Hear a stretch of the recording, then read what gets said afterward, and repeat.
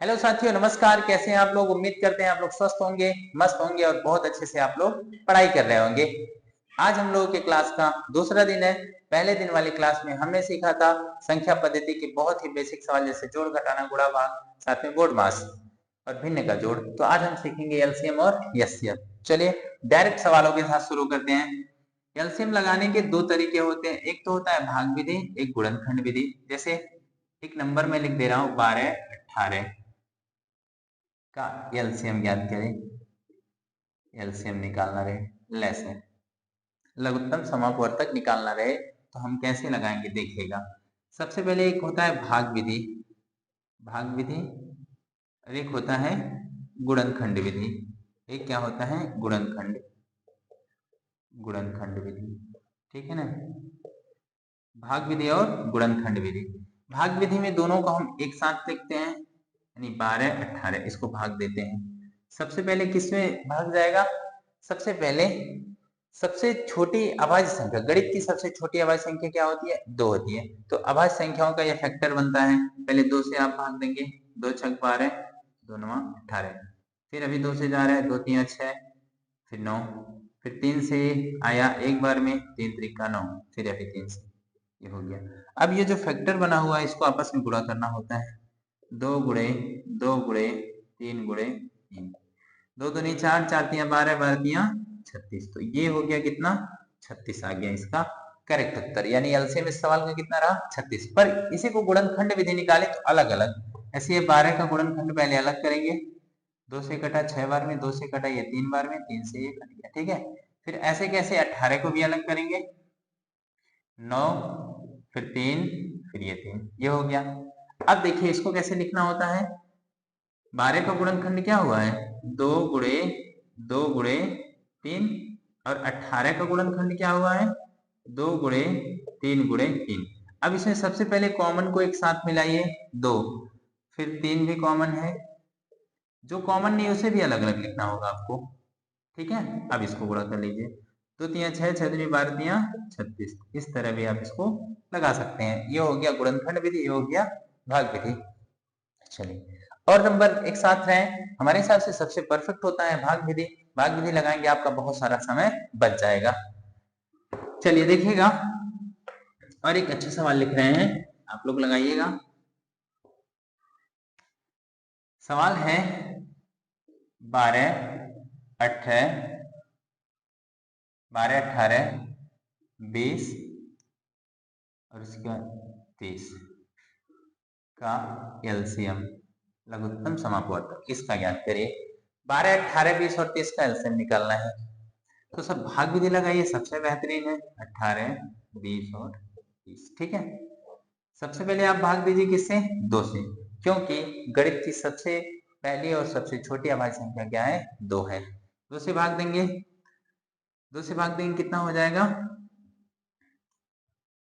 6 दूनी 12, 9 दूनी 18, 10 दूनी 20, 15 दूना 30। फिर 2 से भाग दीजिए, 3 दूनी 6, 9, 5 दूनी 10, ये 15। अभी भी 2 से नहीं कट रहा है, 3 से कट रहा है, 3 से, 3 एकम 3, 3 त्रिका 9, 3 पचे 15। फिर 3 से भाग दीजिए, ये नहीं कटा, ये कटा, ये 5, ये 5। फिर 5 से आप भाग दीजिए। ठीक है? ये पूरा का पूरा कट गया। अब इसको आपस में गुणा कर लीजिए। देखिए गुणा यहीं कर लीजिए, 2 दूनी 4, 4 तियां 12, 12 तियां 36, 36 बचे 180। कितना आ गया इसका एलसीएम? 180। तो इसका करेक्ट उत्तर कितना हो जाएगा मेरे दोस्त? 180 इसका राइट उत्तर हो जाएगा। अब बढ़ते हैं एचसीएफ की तरफ। हाईएस्ट कॉमन फैक्टर यानी में से महत्तम समापवर्तक इसको बोलते हैं एचसीएफ। एक छोटा सा सवाल लिख लेते हैं एचसीएफ का। जैसे हो गया 12 18 का एचसीएफ ज्ञात करना रहे, 12 और 18 का एचसीएफ ज्ञात करना रहे, तो सबसे पहला काम आपको, इसमें भी दो तरीके होते हैं, एक होता है भाग विधि, एक होता है गुणनखंड विधि। तो पहले भाग विधि देखते हैं, फिर गुणनखंड। भाग विधि और एक गुणनखंड विधि। गुणनखंड विधि, भाग विधि कैसे लगाएंगे? भाग विधि में आपको एक चीज ध्यान रखना है, जितने नंबर दिए हुए हैं उसे सबसे छोटे वाले नंबर से उसके जस्ट अगले वाले नंबर में भाग दिया जाता है। 12 से भाग दे रहे हैं 18 में, 12 एक कम 12, यहाँ कितना है 6। अब जो ये शेषफल बचा, इस शेषफल से वापस जो भाजक होता है इसको भाज्य की जगह पे लिख के फिर भाग देते हैं। 6 दूनी 12, ये पूरा का पूरा भाग चला गया। अंतिम जो भाजक होता है, अंतिम भाजक वही एचसीएफ होता है। तो एचसीएफ कितना आया मेरे दोस्त? एचसीएफ आया 6, लिख लीजिए।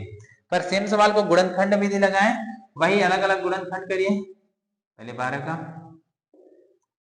2 से करेंगे 6 आएगा, 2 से करेंगे 3 आएगा, 3 से करेंगे ये, फिर 18 का 2 से करेंगे 9 आएगा, 3 से करेंगे ये 3, फिर 3। ठीक है, देखिए 12 का गुणनखंड क्या हुआ है? 2 गुणे 2 गुणे 3। 18 का गुणनखंड क्या हुआ है? 2 गुणे 3 गुणे 3। ठीक है, इसमें ध्यान देना है जो कॉमन मिले दोनों में, ठीक है, जो कॉमन रहे उसी को बस लिखना है। कॉमन यहाँ 2, ठीक है, 2 कॉमन है ना, तो 2 को हमने लिखा। यहाँ देखिए 3 कॉमन है, तो 3 को लिख लीजिए। अब आपस में गुणा करिए, 3 दूना 6, इससे भी एचसीएफ कितना आया? 6, इधर से भी एचसीएफ आया। तो इस तरह आप एचसीएफ भी बहुत आसानी से निकाल सकते हैं। चलिए एक सवाल लगा के दिखाइए आप लोग। सवाल 14,36, 14,36 का ऐसे एक बार इसको लगाइए फिर बढ़ते हैं।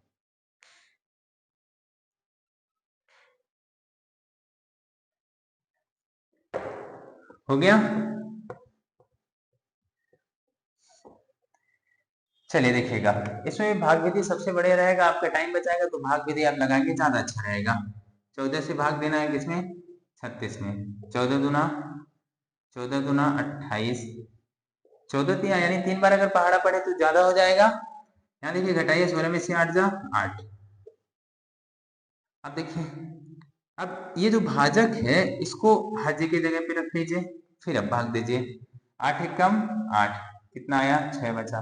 फिर इस भाजक को यहाँ रखिए भाज्य की जगह। यह प्रक्रिया तब तक जब तक पूरा शेषफल शून्य नहीं आ जाए। 6 एक कम 6, फिर शेषफल कितना? 2, 2 से वापस फिर 6 में 2 3 6, ये पूरा भाग चला गया। अंतिम भाजक क्या लिख लीजिए? अंतिम भाजक ही एचसीएफ होता है। तो एचसीएफ कितना आ गया मेरे दोस्त? 2। तो 14 और 36 का एचसीएफ कितना हो गया? 2। पर यहां तक तो बड़े आसानी से कर लेते हैं, पर बात यदि बटे का और दशमलव का एचसीएफ एलसीएम आ जाए तो कैसे लगाएंगे, उसको भी देख लीजिए।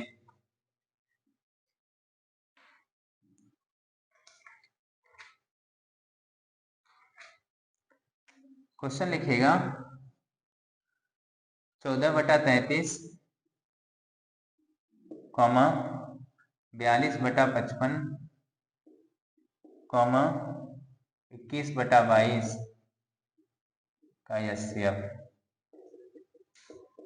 ये यदि लगाना रहे, ठीक है, इसका एचसीएफ निकालना रहे तो क्या करेंगे? सबसे पहले एक बात यहां लिखिए,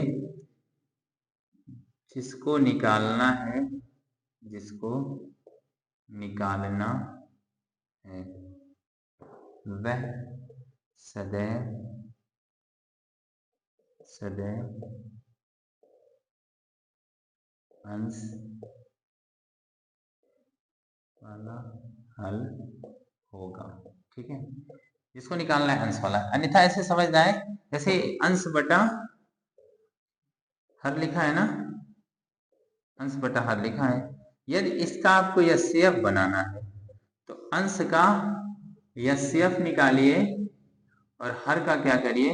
एलसीएम ले लीजिए, आ जाएगा। ठीक है, कैसे इस सवाल पे आते हैं। ठीक है, जिसको निकालना है वैसे तो अंश वाला हल होगा। ठीक है, देखिएगा जैसे 14/33 है, 14/33 कॉमा 42/55 कॉमा 21/22।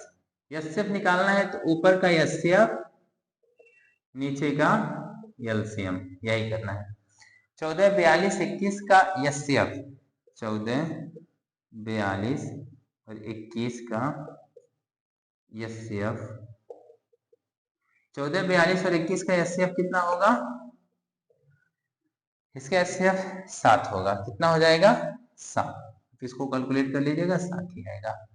अच्छा, 33 55 और 22 का एलसीएम, इसको भी आप कैलकुलेट करिए।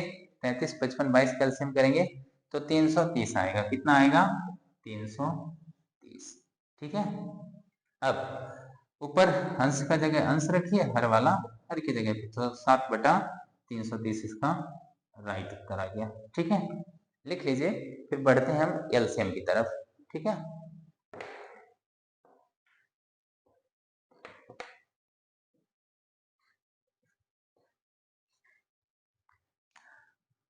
क्वेश्चन लिखिए 11/14,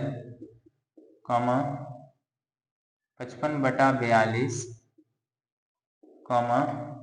33/35, 44/63 का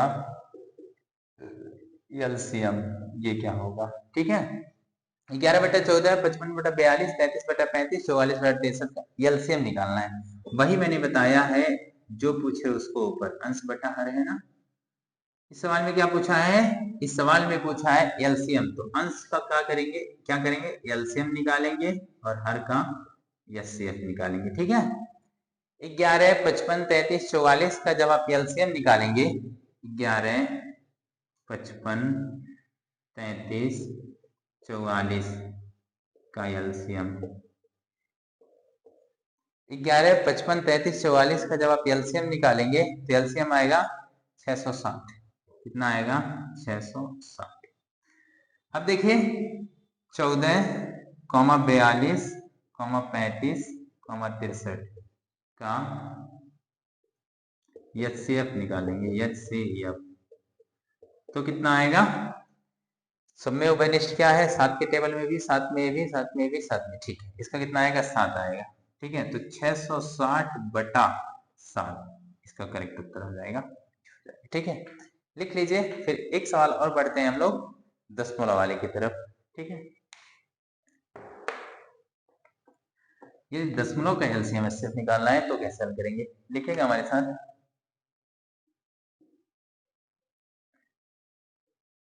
1.75,